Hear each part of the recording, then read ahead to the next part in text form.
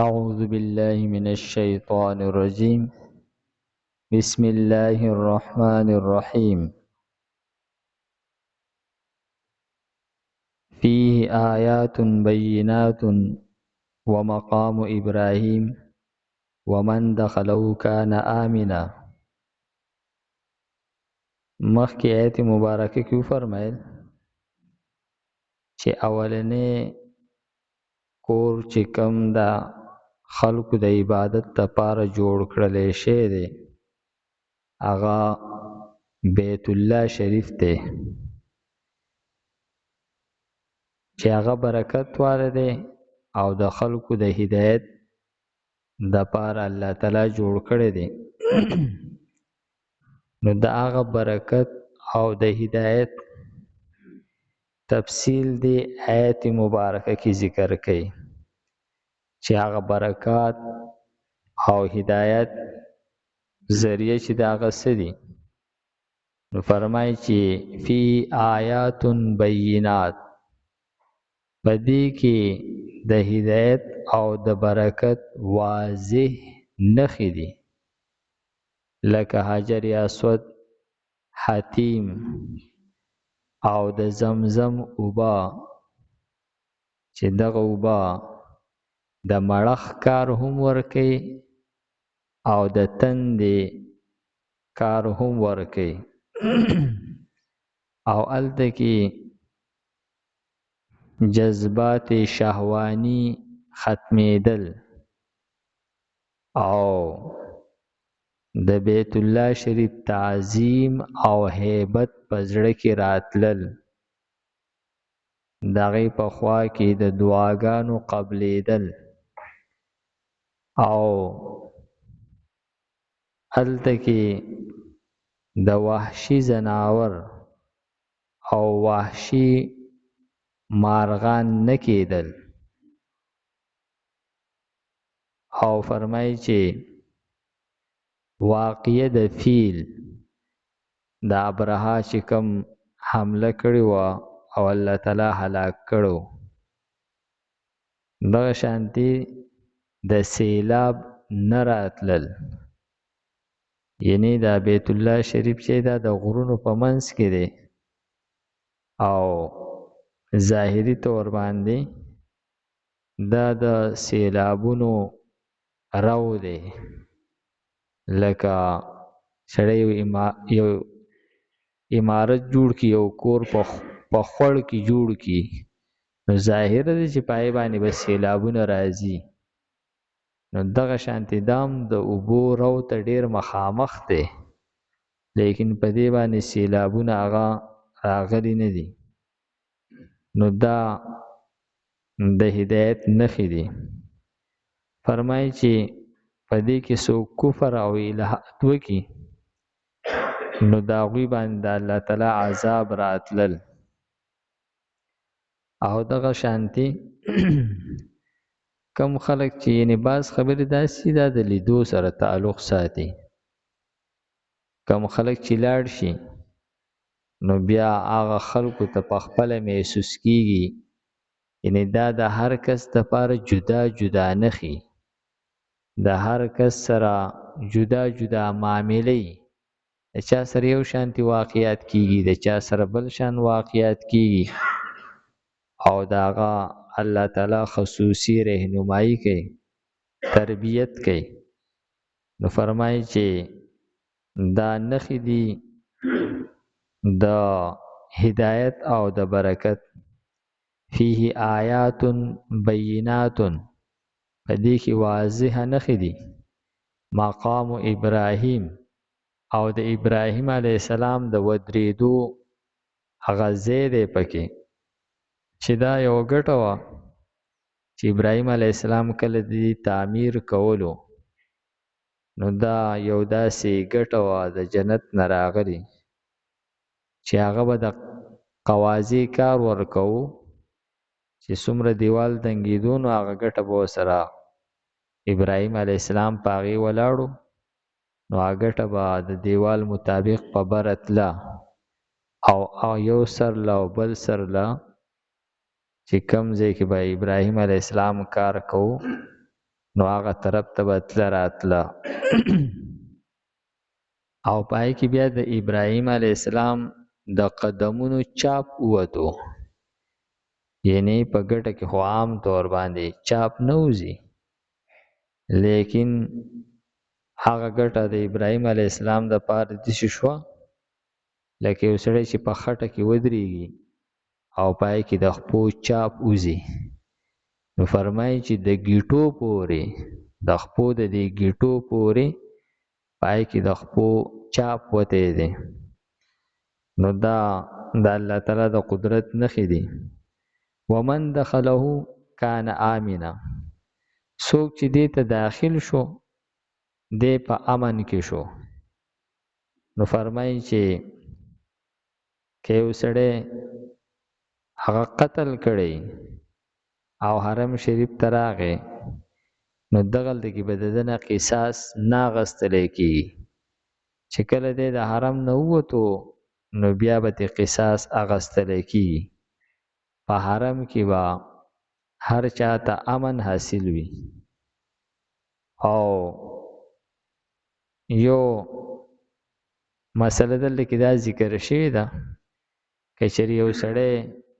قتل و غارت وکړي او حرم شریف کې بس دیره شي، نو آیا دته به د هغې سزا ګویا نه میلاویږي؟ فرمایي چې دغلته کې خو به ورته نه میلاویږي، البته حکومت داسې کولی شي چې د ده سره په ده باندې یعنی په خلکو پابندي ولګوي چې په ده باندې به څه خرڅی نه، او ده سره به په ده باندې به ګویا چې اقتصادي پابندي ولګي، نو دی به بیا مجبوراً د دې ځای نه وځي، وتل به په زور به نه راښکودلی کېږي، خو دی به مجبوره کړلی شي، نو دی به وځي، نو بیا به چې د حرم د حدودو نه ووتلو نو بیا به ګرفتارولی کېږي او بیا به سزا ورکولی کېږي. فرمایي چې دغه شانتي د حرم په حدودو کې هغه څه زناور وجل د دې هم اجازت نشته دی. که ښکاري یعنی اوسۍ او د ښکار مرغۍ د هغې د ویشتلو ښکاره کولو اجازت هم نشته دی، بلکې د حرم شریف کې که د یو سړي په سر کې سپږي یا په نور څه داسې ضرري شیزونه وي نو دی هغه هم نشي مړه کولی. البته د دریو شیزونو د وجلو اجازت په حرم شریف کې هم ورکړلی شوی دی. یو د مار لړم او یو د منګک چې دی د هغې د وجلو اجازت شته دی، او یو قارغه چې دا اشیا داسې دي چې دا ډېر فسادي ځناور دي، نو دا په حرم شریف کې دا وجل جایز دی. د دې نه علاوه د بل هیڅ شي د وجلو په دې کې اجازت نشته دی. یو معنی دې دا کړلی شوې ده چې من دخلو کان آمنا، څوک چې دې ته داخل شو نو دی به په آخرت کې بیا د جهنم نه په امن کې. او بعض مفسرینو فرمایلی دي چې د دې نه دا دواړه مرادونه هغه اخیستلی شوي دي، یعنی په دنیا کې به هم که یو سړی دې ته داخل شولو نو دی به په امن کې، او دغه کس به بیا په آخرت کې هم د جهنم د اور نه په امن کې. ولله علی الناس حج البیت، او د الله تعالی د پاره په خلکو باندې حق دی، فرض دی حج د بیت الله کول. دا جمله چې دا مفسرین فرمایي چې دې کې ډېر لوی تاکید دی، لفظ الله مقدم کول او پای باندې لام تخصیص داخلول، او په الناس باندې لفظ الله په الناس پنې لفظ حرف علا چې دی دا داخلول دې کې ګویا چې ډیر لوی تاکید دی چې خامخا په خلکو باندې د الله تعالی یو فریضه ده د حج کولو د بیت الله من په هغه چا باندې استطاع چې دې طاقت لري وس لري الیه دغه بیت الله ته سبیلا د لار چا سره چې د لار د تلو وس او طاقت وو کرایه وسره وه نو په ده باندې د بیت الله شریف هغه حج چې دی دا فرض دی نو دغه څومره خرچه چې د لار ده هلته کې د پاتې کېدو ده او د واپس راتلو او په دغه دوران کې د اهل و عیال چې کم دلته کې د هغې خرچه د ده سره یي نو د باندې حج چې دی دا فرض شولو او فرمای ومن کفره یعنی چا چې انکار وکړو د بیت الله حج یې ونه کړلو ځان یې هغه بې پروا کړلو حج پې فرض شوی دی او دی آنې بانې کوي کله وایي زما د بچو واده نه دی شوی او کله وایي ما چې دی نو هغه د لوڼو واده نه دی شوی او کله وایي ما کور نه دی جوړ کړی نو داسې څومره خبرې چې دي دا هغه په دې کې دا عذر معقول نه دی نو فرمایي چې دا داسې ده لکه انکار کول کفر کول نو فرمایي ومن کفره او چا چې کفر وکړو انکار یې وکړو فإن الله نو یقینا الله تعالی چې دی غنی بې حاجته دی الله تعالی ته خو دا څه حاجت نشته دی چې یو سړی لاړ شي او حج وکړي دی الله تعالی ته څه حاجت نشته دی دا خو د دې بنده خپل حاجت دی